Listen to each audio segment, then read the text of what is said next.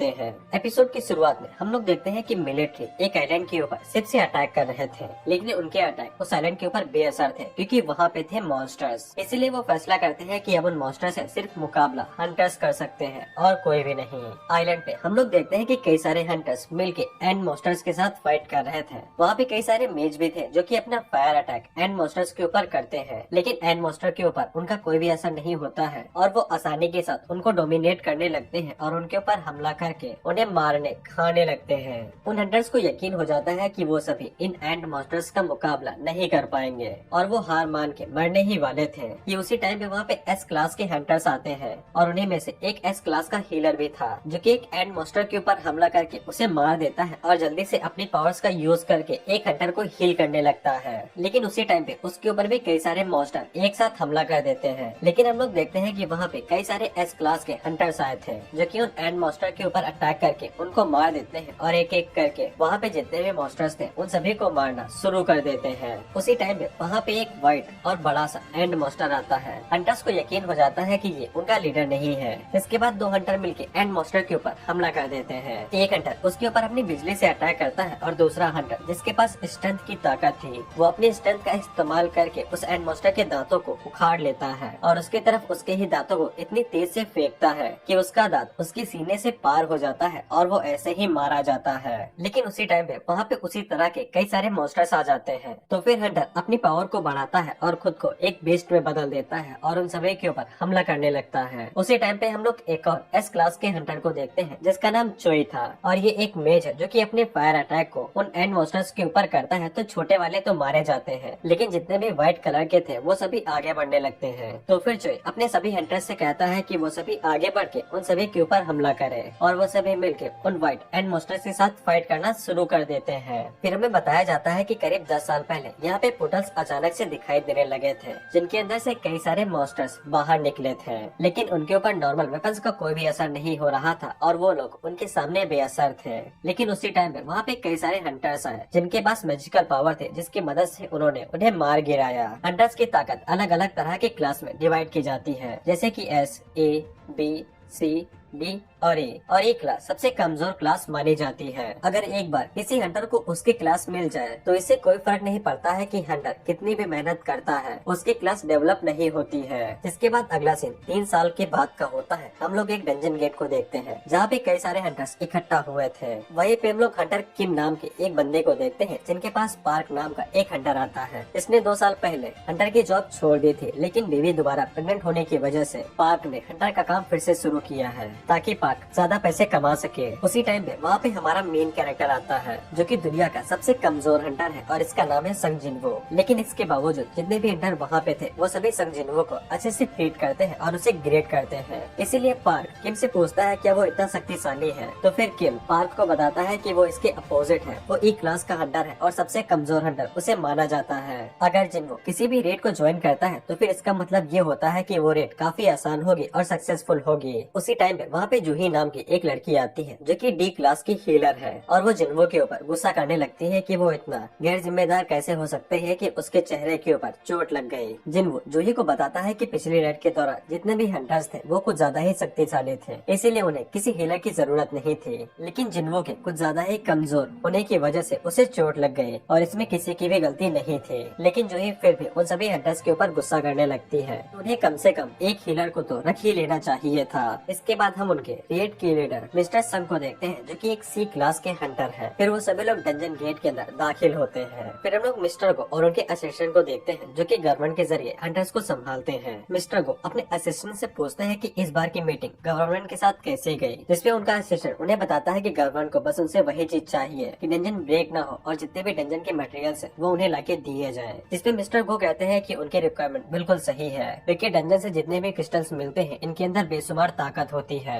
उसी टाइम में हम लोग जिन्वो को देखते हैं जिसके हाथों में भी ई क्लास का एक क्रिस्टल था, लेकिन उसी टाइम पे उसके ऊपर ई क्लास का गॉबलेट हमला कर देता है। जिन्वो उसके अटैक्स को डॉज करता है और उसके ऊपर अपनी छोटी नाइफ से हमला करता है। लेकिन जिन्वो जैसे ही उसके ऊपर हमला करता है तो उसकी नाइफ टूट जाती है और गॉबलेट काउंटर अटैक में अपनी शॉट को जिन्वो की पसलियों के आर पार कर देता है। उसी टाइम पे मिस्टर पार्क आगे बढ़ते हैं जो कि गॉबलिन के ऊपर हमला करके उसको मार देते हैं और वहाँ से चले जाते हैं। जो भी जल्दी से आगे बढ़ते हैं और वो जिन्वो को हील करने लगती है अपनी मैजिक का यूज करते हुए। उसी टाइम पे बाकी जितने भी हंटर्स थे वो सभी आगे बढ़ के जितने भी मॉन्स्टर्स थे उन सभी को मार गिराते हैं। इधर मिस्टर को बताते हैं कि जितने भी क्रिस्टल डंजन से निकाले जाते हैं उनको रिफाइन करके उनसे वेपन बना लिए जाते हैं, जिनकी मदद से जितने भी हंटर्स होते हैं उनकी ताकत बढ़ जाती है और वो हाई रैंक के मॉन्स्टर्स को भी मार सकते हैं। लेकिन जो माना क्रिस्टल्स होते हैं उनको ज्यादातर वेपन्स के तौर पे इस्तेमाल नहीं किया जाता है क्योंकि वो ज्यादा अच्छे नहीं रहते हैं। लेकिन गवर्नमेंट माना क्रिस्टल्स को एक नई एनर्जी सोर्स के रूप में यूज करना चाहती है, जैसे कि गवर्नमेंट इन मैजिक क्रिस्टल्स का इस्तेमाल न्यूक्लियर पावर प्लांट्स पे कर सकती है और इनसे इलेक्ट्रिसिटी और काफी सारी चीजों को यूज कर सकती है, क्योंकि माना क्रिस्टल्स के अंदर बहुत ज्यादा एनर्जी होती है। लेकिन माना क्रिस्टल्स को सिर्फ हाई लेवल के डंजन से ही निकाला जा सकता है, इसलिए हंटर्स काफी ज्यादा मायने रखते हैं इस दुनिया के लिए। इधर ये लोग डंजन बॉस को एक साथ मिलकर मार गिराते हैं और डंजन को क्लियर कर लेते हैं। लेकिन जूही अभी तक जिन्वो को हील करते हुए जा रही थी, लेकिन जूही जिन्वो को हील करते हुए उससे पूछती है क्या वो सच में एक हंटर बने रहना चाहता है। अगर ये सब कुछ ऐसा ही चलता रहा तो फिर जिन्वो किसी दिन मारा भी जा सकता है।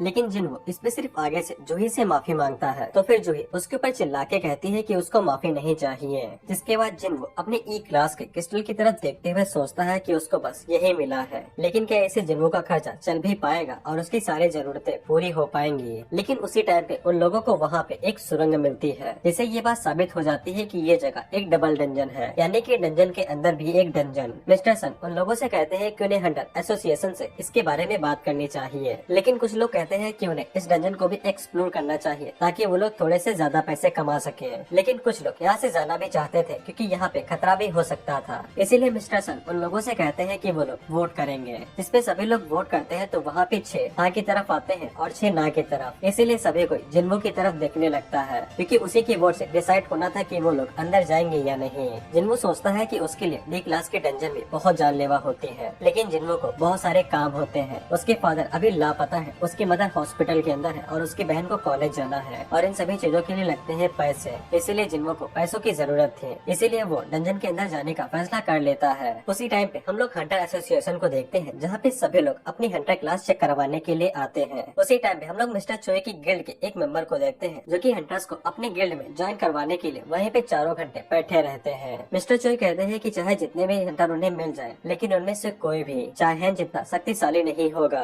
उसी टाइम पे हम लोग 2 चोरों को देखते हैं जो कि एक लड़की से उसका बैग छीन के बाइक से भागने की कोशिश कर रहे थे, लेकिन रास्ते के बीच में उनके सामने एक लड़की आ जाती है और वो सामने से हटती ही नहीं है, इसीलिए वो दोनों उसके ऊपर गाड़ी चढ़ाने का फैसला करते हैं। लेकिन वो लड़की असल में चाहेन थी जो कि उन दोनों के पास आते ही हवा में जंप करती है और हवा में ही उनसे बैग छीन लेती है और वो दोनों आगे जाके नीचे गिर जाते हैं। जिसके बाद चाहेन अपनी कैप फिर से पहन लेती है और उस लड़की को उसका पर्स वापस कर देती है। लेकिन जितने भी लोग आसपास खड़े थे वो सभी चाहेन को पहचान जाते हैं, जिसके बाद वो उसे चारों तरफ से घेर लेते हैं और उसे ऑटोग्राफ मांगने लगते हैं। चाहेन उन सभी को देख के काफी नर्वस हो जाती है, इसीलिए वो अपनी फुर्ती दिखाते हुए वहाँ से भाग जाती है। इधर हम उन सभी लोगों को देखते हैं जो करीब 20 मिनट से चलते हुए जा रहे थे, लेकिन वो सुरंग खत्म होने का नाम नहीं ले रही थी। इधर जिन्वो जूही को बार बार से ये पूछ रहा था क्या वो गुस्सा है कि जिन्वो की वजह से उसे फिर से इन सभी चीजों में फंसना पड़ा, लेकिन जिन्वो के बार बार पूछने की वजह से जूही को गुस्सा आ जाता है और वो उसके ऊपर चिल्ला देती है। इसीलिए जिन्वो थोड़ा सा निराश हो जाता है और वो जूही से फिर से माफी मांगने लगता है, लेकिन जूही उसे कहती है कि उसे माफी की जगह पे लंच डेट चाहिए। इस पे जिन्वो थोड़ा सा हैरान हो जाता है तो जूही उससे पूछती है क्या तुम मेरे साथ लंच नहीं करना चाहते हो। लेकिन उसी टाइम पे उन लोगों का सफर खत्म हो जाता है और वो सभी लोग एक बड़े से दरवाजे के सामने आ जाते हैं। उसी टाइम पे हम लोग हंटर एसोसिएशन को देखते हैं जहाँ पे मिस्टर को जो भी नए हंटर बनने वाले थे उनको फुटेज के जरिए बता रहे थे कि डंजन्स अभी तक रहस्यमयी है और अभी तक उनके बारे में अच्छे से किसी को भी पता नहीं चला है और खतरा हमेशा बना रहता है। इसीलिए जितने भी नए हंटर्स बनते हैं उन्हें हमेशा सावधान रहना चाहिए और कभी भी अनजानी जगह पे नहीं जाना चाहिए। इधर वो सभी जैसे ही दरवाजे खोल के अंदर जाते हैं तब उन्हें पता चलता है कि अंदर एक बहुत बड़ा कमरा है जहाँ पे कई सारे स्टैचूज रखे हुए हैं, जिनमें से एक स्टैचू सबसे बड़ा था और उसके सामने जिन्वो खड़ा हुआ था। उसी टाइम पे मिस्टर संग को एक स्टैचू दिखाई देता है जिसके ऊपर कुछ नियम लिखे हुए थे, जैसे कि भगवान की पूजा करो, उसके ऊपर भरोसा रखो, उसके लिए प्रार्थना करो।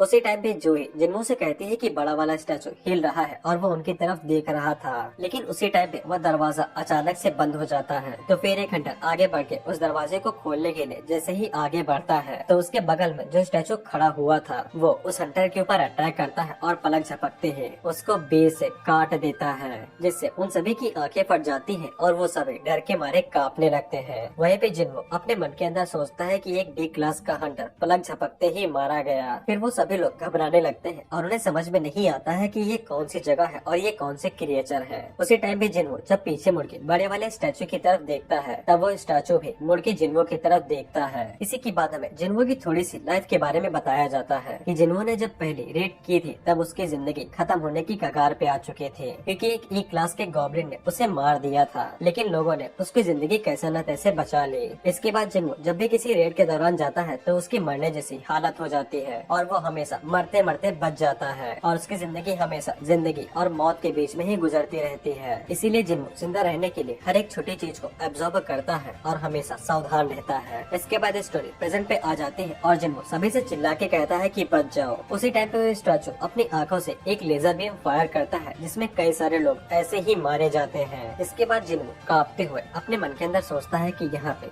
क्या हो रहा है, क्या वो यहीं पे मरने वाला है और क्या वो आज यहीं पे मारा जाएगा। और इसी कसमकस के साथ ये एपिसोड खत्म हो जाता है। आप लोगों को ये एपिसोड कैसा लगा कमेंट करके जरूर बताइएगा। बाकी बड़ा वाला स्टैचू आगे क्या गुण खिलाने वाला है ये जानने के लिए तुम्हें अगला एपिसोड देखना ही पड़ेगा।